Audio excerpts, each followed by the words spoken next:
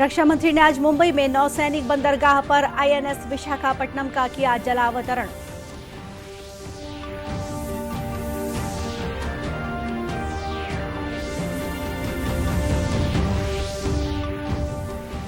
राज्य शासन ने गोबर से प्राकृतिक पेंट से निर्माण की तकनीक के हस्तांतरण के लिए केंद्र के साथ किया करार।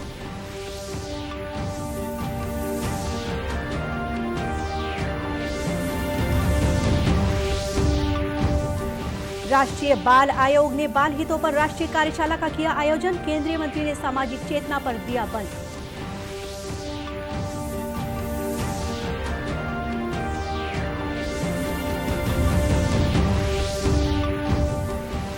और देश में कोरोना टीकाकरण के तहत अब तक 116 करोड़ 50 लाख से अधिक टीके लगाए गए।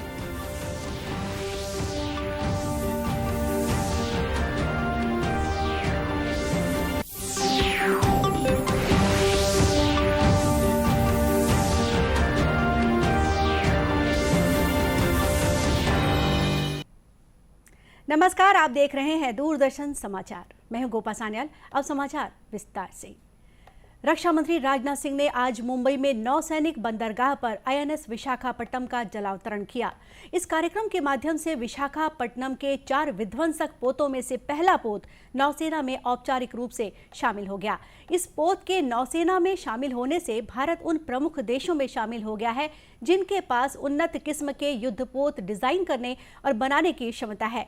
इस पोत में देशी उपकरणों का उपयोग करने के अलावा यह मध्यम रेंज की सतह से वायु प्रक्षेपास्त्र प्रणाली, सतह से सतह प्रक्षेपास्त्र प्रणाली, टॉर्पीडो 2 और लॉन्चर जैसे प्रमुख स्वदेशी हथियारों से लैस है। आईएनएस विशाखापट्टनम के कमांडिंग ऑफिसर वीरेंद्र सिंह ने बताया कि इस पोत में सबसे अधिक स्वदेशी उपकरणों का इस्तेमाल किया गया है। उन्होंने कहा कि नौसेना में शामिल होने के बाद इस पोत के कुछ और परीक्षण किए जाएंगे। नौसेना 25 नवंबर को पनडुब्बी वेला का भी जलावतरण करेगी। वेला प्रोजेक्ट 75 श्रृंखला की चौथी पनडुब्बी है। राज्य शासन ने गोबर से प्राकृतिक पेंट से निर्माण की तकनीक के हस्तांतरण के लिए केंद्र के साथ करार किया है। मुख्यमंत्री भूपेश बघेल की मौजूदगी में आज उनके निवास कार्यालय में इसके लिए Kumarappa National Paper Institute Jaipur, खादी एवं ग्रामोद्योग आयोग, सूक्ष्म लघु एवं मध्यम उद्योग मंत्रालय नई दिल्ली और छत्तीसगढ़ राज्य गौ सेवा आयोग के बीच एमओयू पर हस्ताक्षर किया गया। मुख्यमंत्री की पहल पर प्राकृतिक पेंट के निर्माण की विस्तृत कार्ययोजना कृषि विभाग द्वारा तैयार की गई है। प्रथम चरण में राज्य के 75 गौठानों का भी चयन प्राकृतिक पेंट के निर्माण की इकाई की स्थापना के लिए किया गया है। चयनित गौठानों में प्राकृतिक पेंट निर्माण सह कार्बोक्सी मिथाइल सेल्यूलोज निर्माण की इकाई की स्थापना की जाएगी। प्राकृतिक पेंट निर्माण की तकनीक Kumarappa National Paper Institute Jaipur, खादी एवं ग्रामोद्योग आयोग, सूक्ष्म लघु एवं मध्यम उद्योग मंत्रालय नई दिल्ली द्वारा विकसित की गई है। प्राकृतिक पेंट का मुख्य घटक कार्बोक्सी मिथाइल सेल्यूलोज सीएमसी होता है। 100 किलो गोबर से लगभग 10 किलो सूखा सीएमसी बनता है। प्राकृतिक पेंट की मात्रा में 30% भाग सीएमसी का होता है। 500 लीटर प्राकृतिक पेंट बनाने के लिए लगभग 30 किलो सूखा सीएमसी की जरूरत होती है।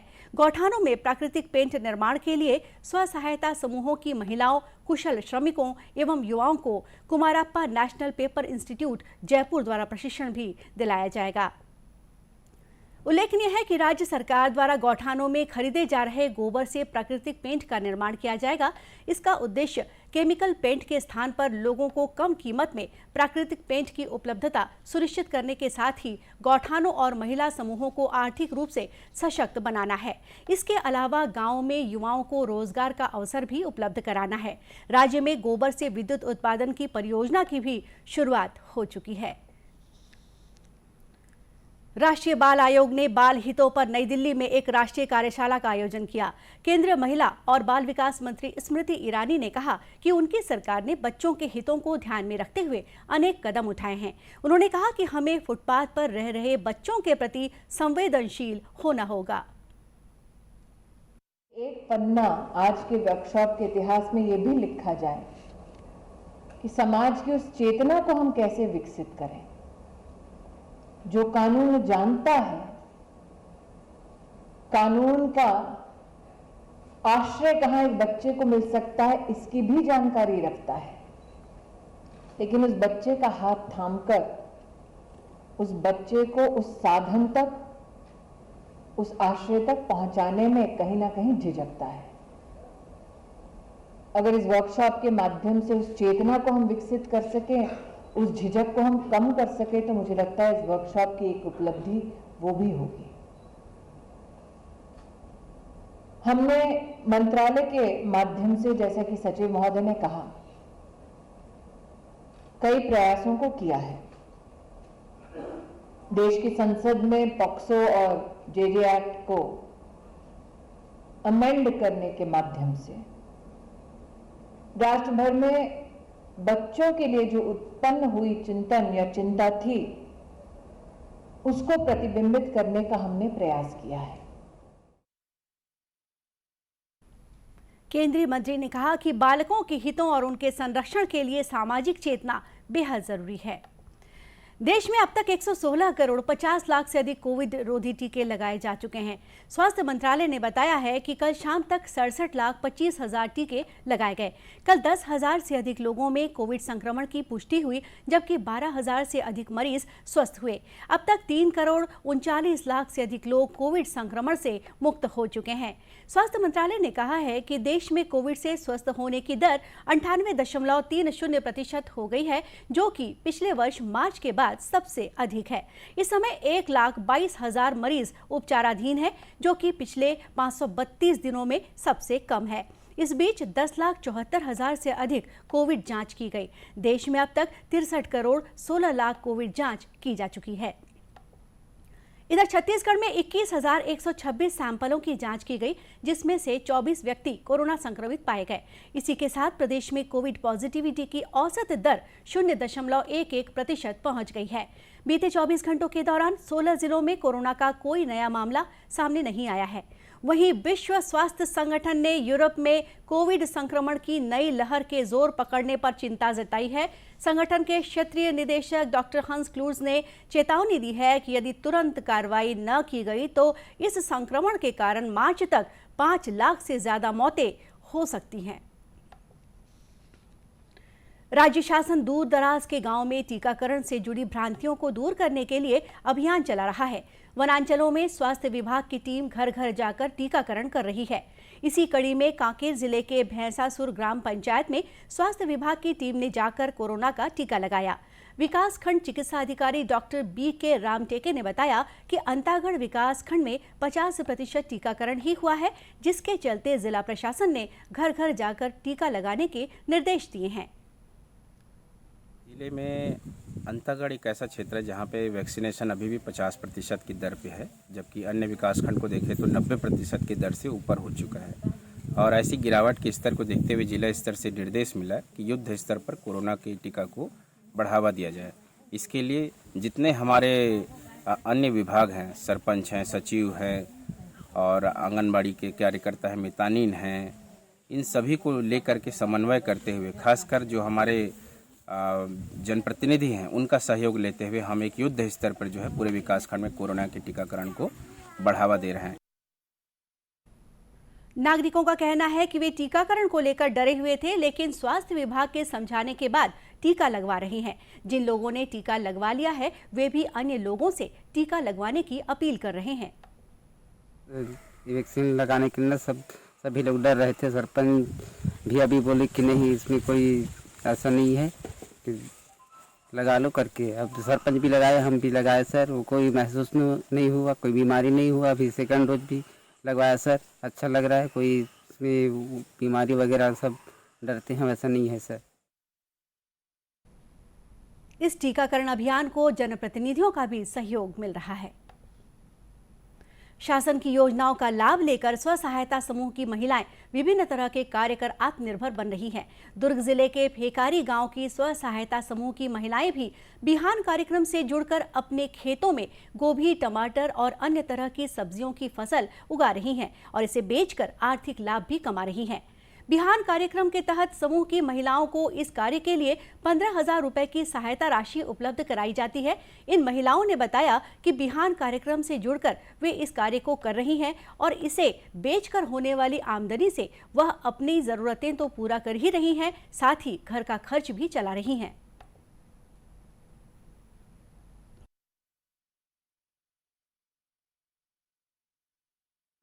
हम सदस्य हन और का कहते पहली भांटा लगाए रहे, तब भांटा में भी फायदा हुई से अभी गोभी लगा हन, तब गोभी तो अभी 2-3 दिन हो ही निकले, लेकिन फायदा हो ही आगे चल के। और विभाग से मतलब 15,000 मिले हावे समूह हम सभी मिलके भट्टा, गोभी, टमाटर, करेला ये सब लगाए हैं और इससे हम लोगों को आमदनी में फ़ायदा है। हम लोग खुद का खर्चा भी चला रहे हैं और बच्चों को भी पढ़ा रहे हैं।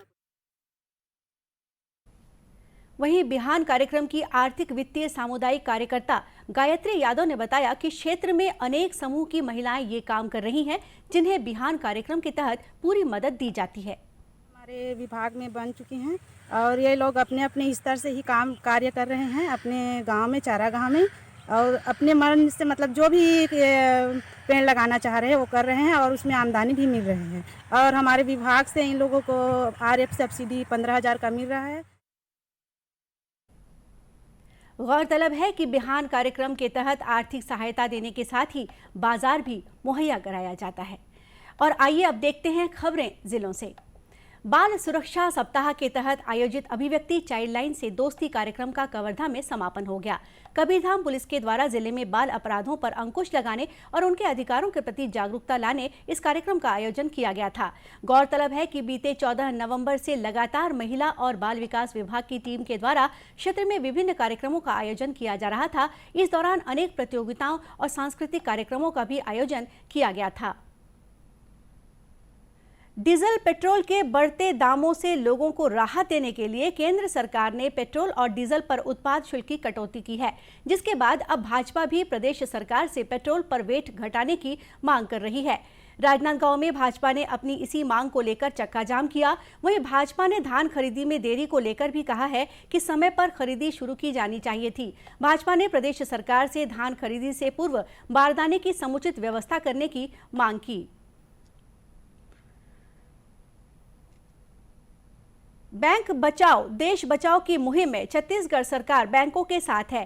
कृषि मंत्री रविंद्र चौबे ने ये बात कही भारतीय स्टेट बैंक अधिकारी संघ के अधिवेशन में। रायपुर में आयोजित अधिवेशन को संबोधित करते हुए कृषि मंत्री ने कहा कि सार्वजनिक उपक्रम और संस्थान देश की ताकत है। इन संस्थाओं की स्थापना देश के विकास को गति देने के लिए की गई थी।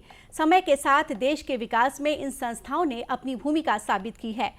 कृषि, उद्योग, व्यापार सहित कई क्षेत्रों में विकास का सिलसिला आगे बढ़ा। ऐसे महत्वपूर्ण उपक्रमों और संस्थाओं का निजीकरण देश हित में नहीं है। और अब अंत में मुख्य समाचार एक बार फिर। रक्षा मंत्री ने आज मुंबई में नौसैनिक बंदरगाह पर INS विशाखापट्टनम का किया जलावतरण।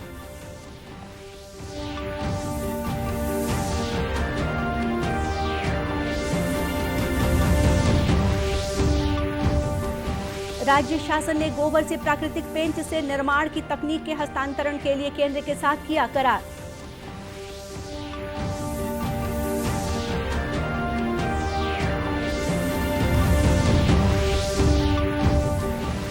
राष्ट्रीय बाल आयोग ने बाल हितों पर राष्ट्रीय कार्यशाला का किया आयोजन। केंद्रीय मंत्री ने सामाजिक चेतना पर दिया बल।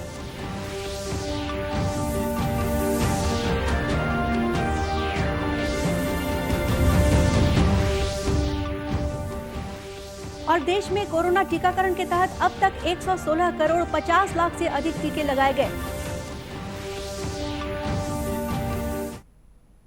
और इसी के साथ ये समाचार बुलेटिन यहीं समाप्त हुआ। नमस्कार।